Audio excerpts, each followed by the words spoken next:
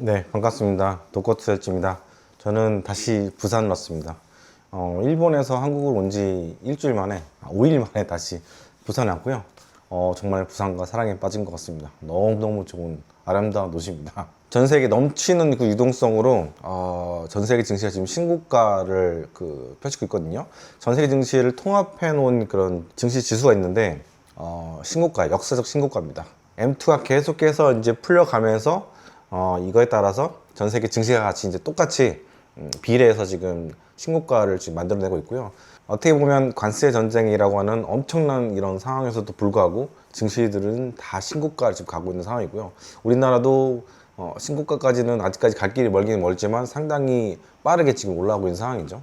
이제 앞으로 추가 경정까지 이제 들어가게 되면은 한 3, 40조 정도를 더 풀 텐데 경기 자체도 굉장히 좋아질 가능성이 있고 GDP도 당연히 이제 좋아지겠죠. 그리고 미국도 연초 대비로는 이제 플러스로 이제 돌아선 상태고, 그렇기 때문에 제가 말씀 계속 드렸던 게 주식을 샀다 팔았다, 사팔이라고 요즘에 뭐 얘기하더라고. 사팔 하지 말고 갖고 있어라. 왜냐면 증시에서 10% 이상의 그런 큰 조정이 당분간 없을 것 같다. 그렇기 때문에 뭐 연준에 맞서지 말라, 페드에 맞서지 말라 이런 얘기들 많이 하는데 이 유동성에도 맞서면 안 됩니다. 이런 유동성 상황에서 뭐 인버스를 사거나 뭐 곧버스를 사거나 이렇게 하면 진짜 죽는 거고, 며칠 전에 그런 뉴스가 나오더라고요. 곧버스를 산 그 투자자들이 국내 이제 국장 개미들이 굉장히 많아졌는데, 이번에 이제 선거 끝나고 나서 다 이렇게 지금 어떻게 되고 있는 상황인지 모르겠는데 적어도 지수 한 4% 정도 플러스가 난 것 같아요. 선거 이후로. 그런 상황이기 때문에 곧버스 사신 분들은 마이너스 8%. 야, 이거 쉽지 않습니다. 마이너스 8%. 앞으로도 이 지수가 반락하면서 이제 떨어질 가능성이 별로 적거든요. 그거 보면은 빨리 손절하고 나오시고 다시는 곧버스, 인버스 이런 거 하지 마시기를 간곡하게 좀 부탁을 좀 드립니다. 미국 증시도 뭐 최근 뭐 한 달 정도 보면 국장보다는 느리게 올랐어요. 하지만 어떤 그런 특정 시기에 놓고 이 시장보다 강하다 이렇게 보시면 안 되고, 장기적인 시계열로 봐야죠. 우리가 뭐 주식을 한 달, 두 달, 뭐 연초 대비 뭐 연초부터 시작한 사람도 없을 것이고 적어도 몇 년 이상씩 쭉 해왔던 모델인데, 이 변동이라든가 반등한 것들 이런 것들을 보게 되면은 늘 미장은 국장보다 좋았었고, 그리고 주식하기도 굉장히 쉬웠어요. 왜냐면 우리가 미장 같은 경우는 우리가 많이 알려져 있는 그런 종목들만 한다 하더라도 아주 좋은 수익률을 그동안 누릴 수가 있었거든요. 그리고 국장에서 가장 많은 포션을 차지하는 종목이 바로 삼성전자인데, 대략 400만 명 넘는 우리나라 국민들이 삼성전자를 보유하고 있는데, 이 어떻습니까? 투자 실적이 별로 좋지가 않잖아요. 그리고 주력이라고 할 수 있는 뭐 배터리, 화학, 철강, 조선 그런 쪽들도 상당히 힘들죠. 물론 이제 근래 들어서 조선이 좀 강하게 반등을 하겠지만, 이거는 시클리컬한 그런 산업이기 때문에 언제 빠져나와야 될지 그거를 이제 가늠하기 쉽지 않거든요.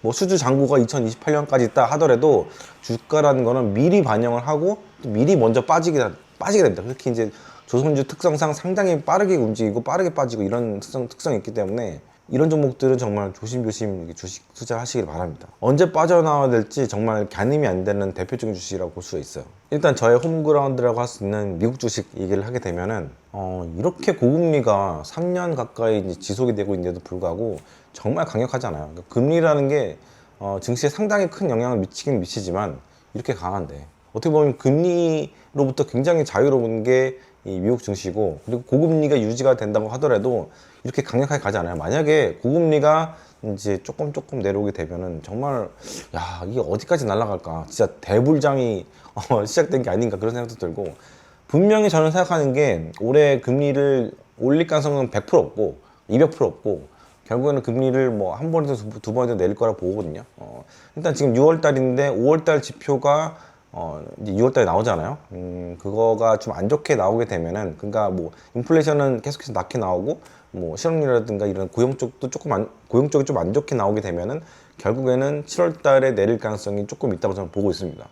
지난 영상에서도 계속 말씀드리지만 최대 올해 2번까지도 내릴 수 있다. 상황이 조금 안 좋게 되면 그렇게 볼 수가 있고, 그렇게 되면 잠깐 주춤했던 미국 증시가 다시금 랠리 갈 수 있는 가능성이 있고, 그리고 전고점을 쉽게 벗길 수 있는 그런 가능성이 있다고 저는 보고 있고요. 그 선봉에는 당연히 나스닥이 있다고 보고 있고, 그 중에서도 이제 빅테크를 더 주목해야 된다, 그렇게 이야기를 드리고 싶습니다. 빅테크들이 갖고 있던 엄청난 그 자금들이 지금 풀어져서 각 분야로 지금 들어가고 있어요. 공장을 또 짓고 또 그 부대의 여러 그 시설들, 서비스들 이쪽들 같이 지금 살리고 있는 그런 상황이고, 미국이라는 나라가 건국 이래 이렇게 엄청난 인프라 투자를 했던 적은 전무후무하다고 보시면 돼요. 뭐 1920, 30년대, 10년대, 20년대, 30년대 철도 건설붐 그 이래로 어떻게 보면 금액이라든가 GDP에서 차지하는 그런 비중을 볼 때 그때보다도 더 큰 엄청난 지금 건설붐이 지금 일어나고 있다고 보시면 되고요. 이게 하드웨어 쪽에 그 세팅도 되고 있긴 하지만 소프트웨어 쪽에서도 엄청난 그 투자가 일어나고 있고, 이런 상황에서도 물가는 상당히 지금 낮은 상태가 유지가 되고 있고, 물론 이제 관세 전쟁이라고 하는 그런 복병이 있긴 하지만 이것 또한 결국에는 봉합이 되리라 봅니다. 시간이 좀 걸리겠지만. 그리고 많은 투자자들이, 대부분의 투자자들은 결국에는 이것이 어떻게든 좋게 끝날 거라고 보고 있고, 트럼프도 정치적으로 압박이 있기 때문에 결국에는 시진핑과 거래를 마무리할 거라고 저는 보고 있습니다. 그래서 시장에서 정말 많은 이야기들이 있어요. 저도 아침마다 여러 가지 그런 뭐 채널들을 통해서 이제 시장 리뷰 같은 것도 보고 있고, 신문 같은 것들, 여러 가지 책들을 이제 계속 보고 있긴 하지만, 근래 들어서는 제가 시장 뷰를 별로 바꿀 게 없어요.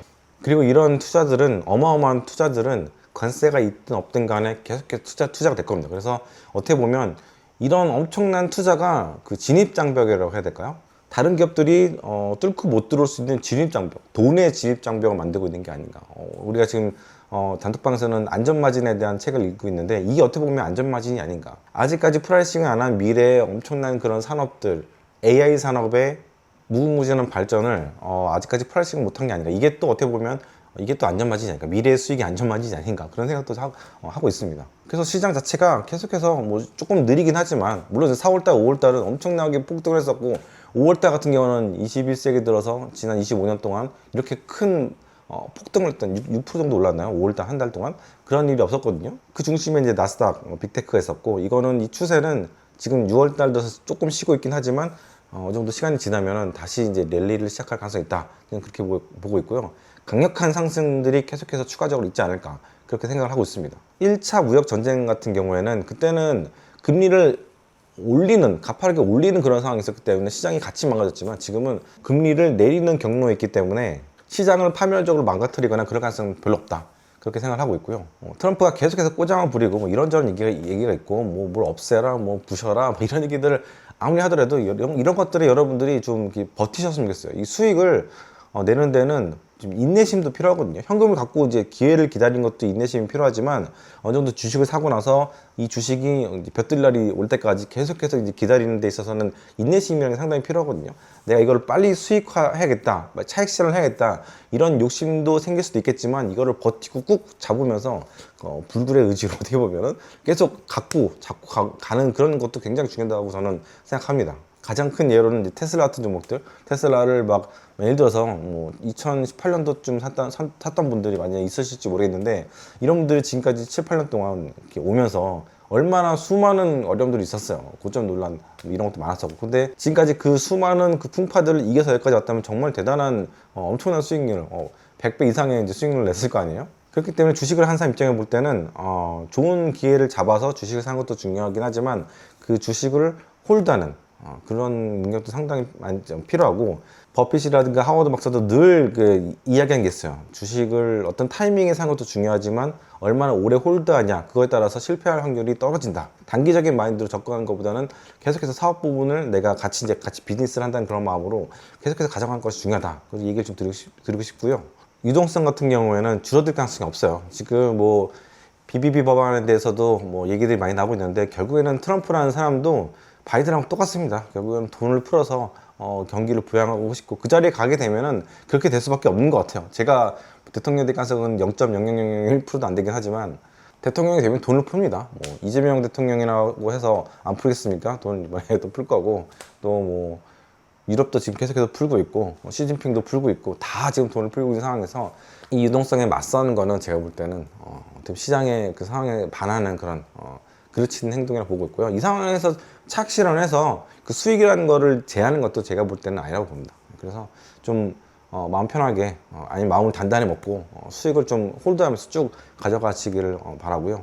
시장에 대한 좀 더 많은 이야기들은요, 제가 영상보다는 저희 단톡방을 만들었거든요. 만들어서 이쪽에서 이야기를 많이 하고 있습니다. 그래서 오셔가지고 같이 좀 이야기를 많이 좀 했으면 좋겠어요. 화면 아래 이제 가입 버튼이 있고요. 가입 버튼을 누르시게 되면은 멤버십이 뜨거든요. 멤버십 탭이 뜨거든요. 그래서 거기서 이제 카톡 단톡방과 그리고 비밀번호가 같이 있습니다. 그래서 이거 보시고 들어오시고 그래서 같이 많은 이야기 나누고 또 같이 성장하는 그런 기회로 삼았으면 좋겠습니다. 감사합니다.